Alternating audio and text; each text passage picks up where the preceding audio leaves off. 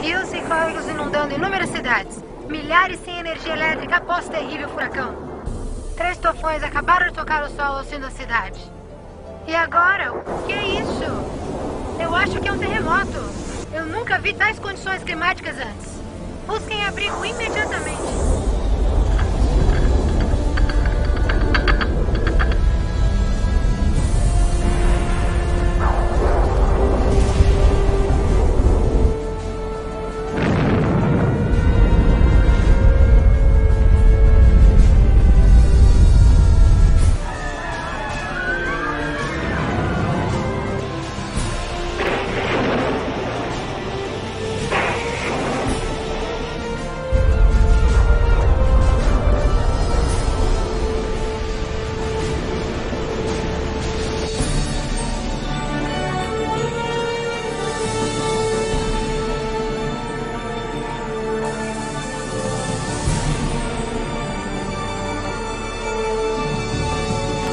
Olha, mamãe, nós estamos juntos.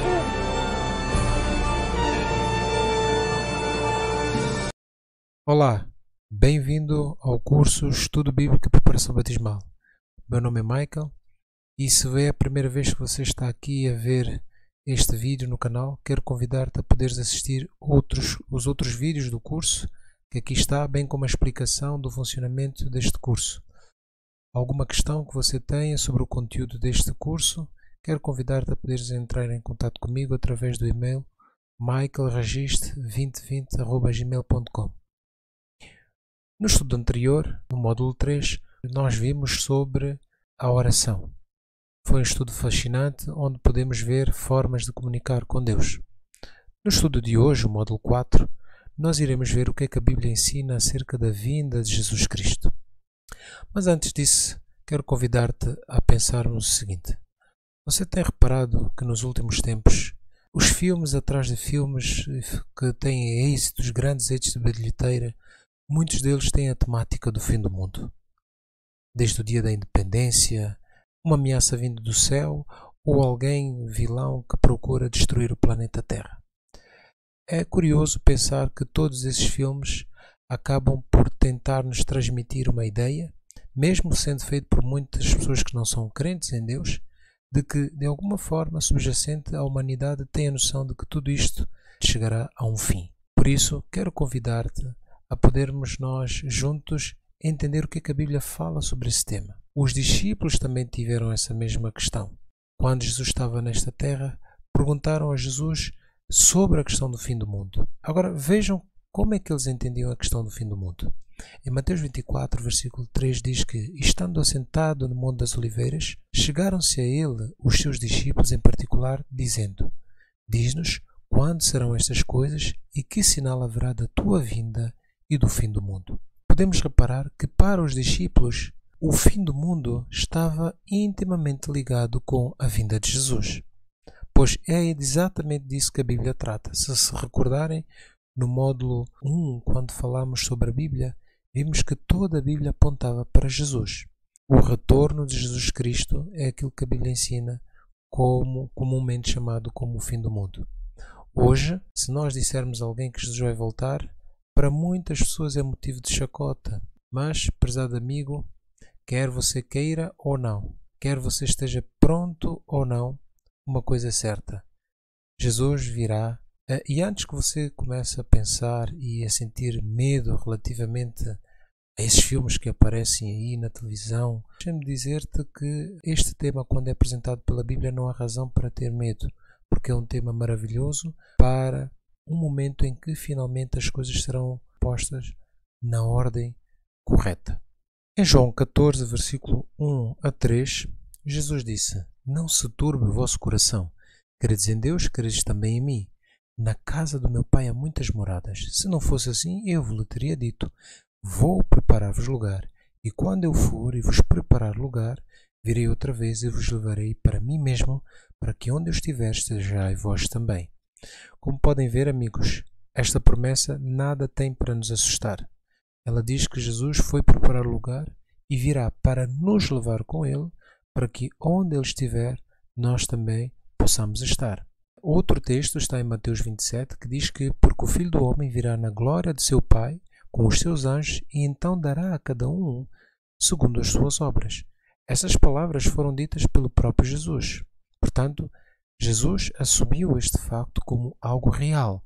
Por isso, Jesus virá, sim, porque ele o afirmou que ele voltará a esta terra. Mas qual a razão da sua vinda? O primeiro ponto é fazer justiça. Muitos estão cansados de tanta injustiça e muitos indevidamente até acabam por culpar Deus pela injustiça. Em Mateus 16, versículo 27, diz que dará a cada um segundo as suas obras.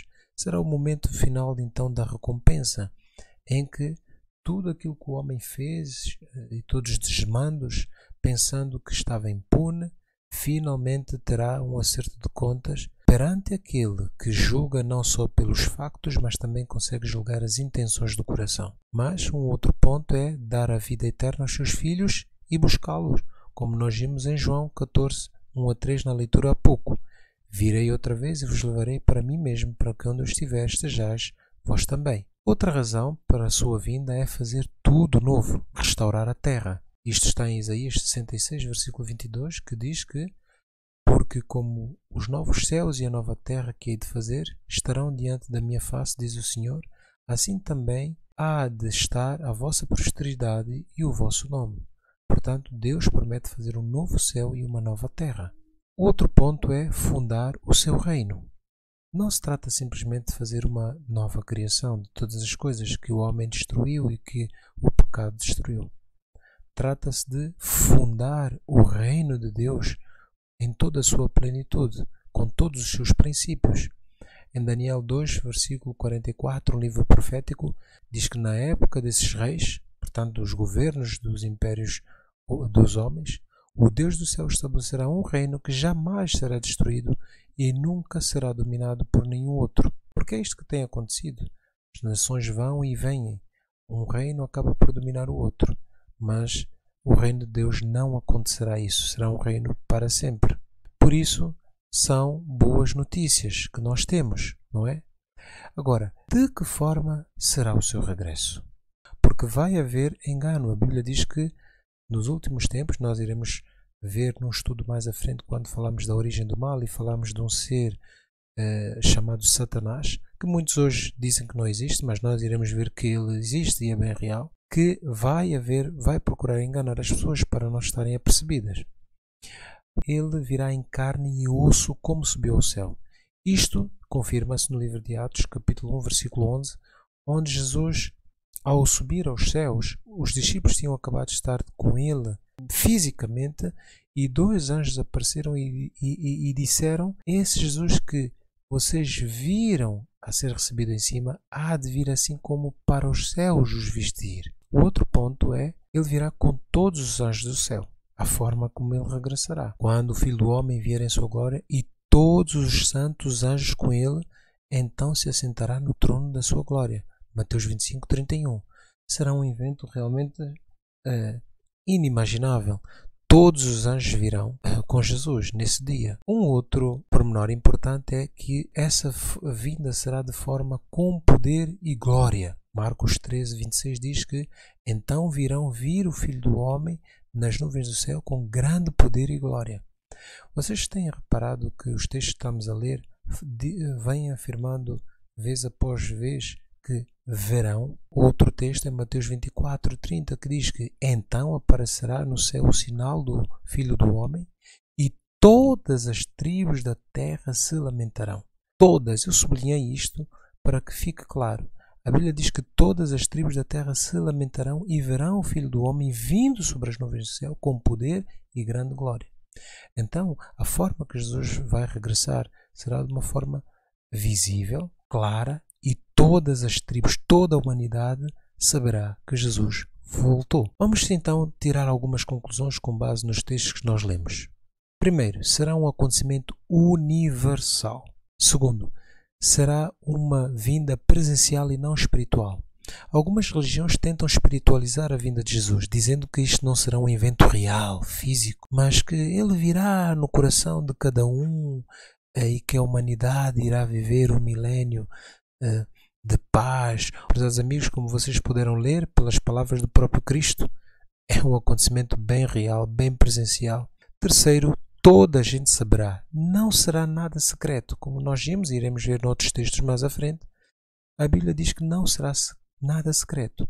Muitos, infelizmente, pegam num determinado texto, quando Jesus comparou a sua vinda como ladrão, dizendo que Jesus virá de forma secreta, que vai arrebatar os seus remédios de forma secreta. Este ensino não está de acordo com os textos que nós estamos a ver, porque poder e glória têm tudo menos de secreto. É quando diz que todo o olho verá. Muito espetacular para ser algo secreto. Portanto, essas conclusões são muito importantes para entendermos a forma como Jesus virá, porque, como disse, vai haver grande engano nos últimos tempos antes de grande evento. Portanto, é um momento de grande alegria. O Criador do Universo, o teu Pai, como vimos nos estudos anteriores, vem te buscar. Por isso, doutrinas do arrebatamento secreto, filmes como Deixados para Trás, fazem parte deste engano em que procura tirar da mente das pessoas aquilo que será a verdadeira dimensão e a grandeza deste grande evento. Mas agora nós vamos, e quero convidar-te a nós podermos ver em pormenor algumas sequências de eventos que terão lugar com a vinda de Jesus. E essa sequência é importante porque elas estão na Bíblia e têm surgido muitos ensinos que contrariam aquilo que você agora vai ver. Primeiro é que haverá uma transformação em toda a natureza. Quando Jesus vir nas nuvens dos céus com todos os seus anjos, com grande poder e glória, toda a natureza vai se manifestar. Isto está em Apocalipse 6,14, que diz que o céu retirou-se como um livro que se enrola e todos os montes e ilhas foram removidos dos seus lugares. Apocalipse, tal como Daniel, é um livro profético. E o profeta, ao ver a visão das últimas cenas, faltavam-lhe até palavras para poder descrever tudo aquilo que ele estava a ver. E ele diz que o que ele viu no céu, como se fosse um livro a ser enrolado, foi um evento fantástico que ele viu na natureza. Portanto, vai haver manifestações na natureza de forma significativa. Um outro evento que terá lugar é a ressurreição dos mortos em Cristo e transformação dos salvos vivos. Quando Jesus regressar a essa terra, vai encontrar pessoas vivas. Os salvos vivos e aqueles que se vão perder, mas que também estão vivos na altura. E nos cemitérios estarão dois tipos de pessoas. Aqueles que estão mortos estarão perdidos para sempre e aqueles que estão mortos, mas que serão ressuscitados para viver com Cristo para sempre. Em 1 Coríntios 15, versículos 52 e 53 diz que, no momento, num abrir e fechar de olhos, ante a última trombeta, porque a trombeta soará. Portanto, vejam, aqui fala de uma trombeta. Vai haver barulho, uma trombeta faz barulho, não é nada silencioso. E os mortos ressuscitarão incorruptíveis e nós seremos transformados. De recordar que quando o apóstolo escreveu esta carta, ele contava que Jesus ainda iria chegar no seu tempo. Por isso ele diz nós, que estávamos vivos naquela altura, no tempo em que ele escreveu. Porque convém que isto que é corruptível se revista da incorruptibilidade e que isto que é mortal se revista da imortalidade. Portanto, terá de haver uma transformação. Aqueles que estão vivos, o seu corpo terá de ser transformado para suportar todo o poder e toda a glória que Jesus virá, porque diz que virá na glória do seu Pai. Ele vem com a glória de Deus. Vai ser um evento fantástico. Mas os mortos salvos vão ressuscitar também com um corpo já transformado. A palavra incorruptível significa que não está sujeito às condições que hoje o nosso corpo está, de doença, de fadiga, da morte. Será uma transformação necessária para podermos ver um Deus que é santo. Esses dois grupos, os que estavam mortos e agora estão ressuscitados e com um corpo em que não tem marca da sua vida anterior, quer seja mutilação, quer seja alguma marca. Esses dois grupos agora transformados serão reunidos pelos anjos e irão para o céu durante 1000 anos. Podemos ver isso em Apocalipse capítulo 4, versículo 5, que diz: e viveram e reinaram com Cristo durante 1000 anos. Agora chamo a atenção para este pormenor. Mas os outros mortos não reviveram até que os 1000 anos se acabaram. Esta é a primeira ressurreição. Ou seja, quando Cristo voltar, lá na sepultura, lembra-se de eu ter falado que no cemitério há dois grupos, os que estão lá mortos, perdidos para sempre, e os mortos que vão ressuscitar. Pois é, na vinda de Jesus, aqueles que terão primazia, prioridade em ser ressuscitados, são os que se vão salvar. Os que não se vão salvar continuarão na sepultura. É isso que nos diz o texto. Se tiverem dúvidas, releiam esse texto e vejam como a informação está clara. E o que é que vai acontecer com os ímpios vivos? Ficarão desesperados, porque finalmente vão perceber que toda aquela zombaria que se falava sobre este tema foi sem sentido da sua parte. Apocalipse 6, versículo 15 e 17 diz que os reis da terra, ricos, todos poderosos, livre e pobre, se esconderão nas cavernas e nas rochas das montanhas e chegarão a pedir a morte. Vejam o que é que diz aqui. E diziam aos montes e aos rochedos: caí sobre nós, escondei-nos do rosto daquele que está assentado sobre o trono e sobre a ira do Cordeiro. Vejam, gente poderosa, com dinheiro, mas que foram más em toda a sua existência, não suportarão a vinda de Jesus. Porquê? Virá na glória do seu Pai. E como eles não sofrem a transformação que os justos irão sofrer, vão acabar por morrer, porque não suportarão a glória de um Deus Santo. O profeta Jeremias teve o vislumbre da terra nesta condição. Em Jeremias 4, 23 e 26 ele diz: observei a terra e eis que era sem forma e vazia. Usando uma linguagem quase como no início da Bíblia, também os céus, e não tinham a sua luz. Observei os montes e eis que estavam tremendo, e todos os outeiros estremeciam. Observei e eis que não havia homem algum, e todas as aves do céu tinham fugido. Vi também que a terra fértil era um deserto, e todas as suas cidades estavam derrubadas diante do Senhor, diante do furor da sua ira. Portanto, quando Cristo se manifestar, os ímpios vivos irão morrer. Aqueles que não se vão salvar, que já estavam mortos, continuarão na sepultura. Ou seja, a terra ficará desolada. E, nesse momento, inicia-se o período do milênio, que é um período de 1000 anos. Vamos a Apocalipse 2, Apocalipse 20, versículos 5 e 6 e ver isto. Mas os outros mortos não reviveram até que os 1000 anos se acabaram. Então vamos por partes. Diz aqui que aqueles mortos, quais? Aqueles que não tiveram parte da primeira ressurreição. E quem são esses? Aqueles que não se vão salvar. Não vão ressuscitar até que os 1000 anos se passem. Isso dá-nos a entender implicitamente que depois dos 1000 anos eles de alguma forma terão de ressuscitar. Porquê? Porque Jesus disse, e a Bíblia afirma-nos, que toda a gente terá de ver Jesus. Porque, afinal de contas, que sentido faria aquele que morreu a zombar se não visse que afinal estava enganado? Mas o momento será diferente. Esta é a primeira ressurreição, diz o apóstolo. E até ele acrescenta, bem-aventurado. A palavra bem-aventurado na Bíblia significa feliz. Feliz e santo aquele que tem parte na primeira ressurreição. Ou seja, se alguém morrer hoje e ressuscitar na primeira trombeta que Jesus der, quando regressar, é feliz. Porquê? Porque sobre eles não tem poder a segunda morte. Haverá uma segunda morte, sim, para aqueles que experimentarem a morte aqui nesta terra. Mas serão sacerdotes de Deus e de Cristo e reinarão com eles 1000 anos. Está claro? Claríssimo. A Bíblia, através do profeta, mostra-nos que vai haver um período de 1000 anos em que os santos irão reinar. Mas a terra estará vazia, porque eles estarão a reinar nos céus com Deus. Os salvos verão o julgamento de Deus. Você pode estar a perguntar, mas vão ao céu fazer o quê? No livro do Apocalipse, quero convidar-te a leres o capítulo 20 e se houver alguma dúvida, entre em contato comigo pelo e-mail que já deixei. Apocalipse 24 e o versículo 12 mostra-nos que Deus vai dar o privilégio àqueles que se vão salvar antes de Ele executar a destruição final daqueles que não quiseram aceitar a salvação e da destruição de Satanás. Ele vai permitir que aqueles que se vão salvar possam de facto avaliar o seu julgamento. Que Deus fantástico! Se você quiser saber mais sobre esse Deus, veja o estudo que nós falamos aqui sobre Deus, quem Ele é. Ele vai permitir que os salvos julguem, porque vai haver surpresas nesse dia. Pessoas que muitos poderiam pensar que este vai estar no céu garantidamente, esta vai estar no céu. Não vai estar. Porque provavelmente terá alguma coisa que você não sabe.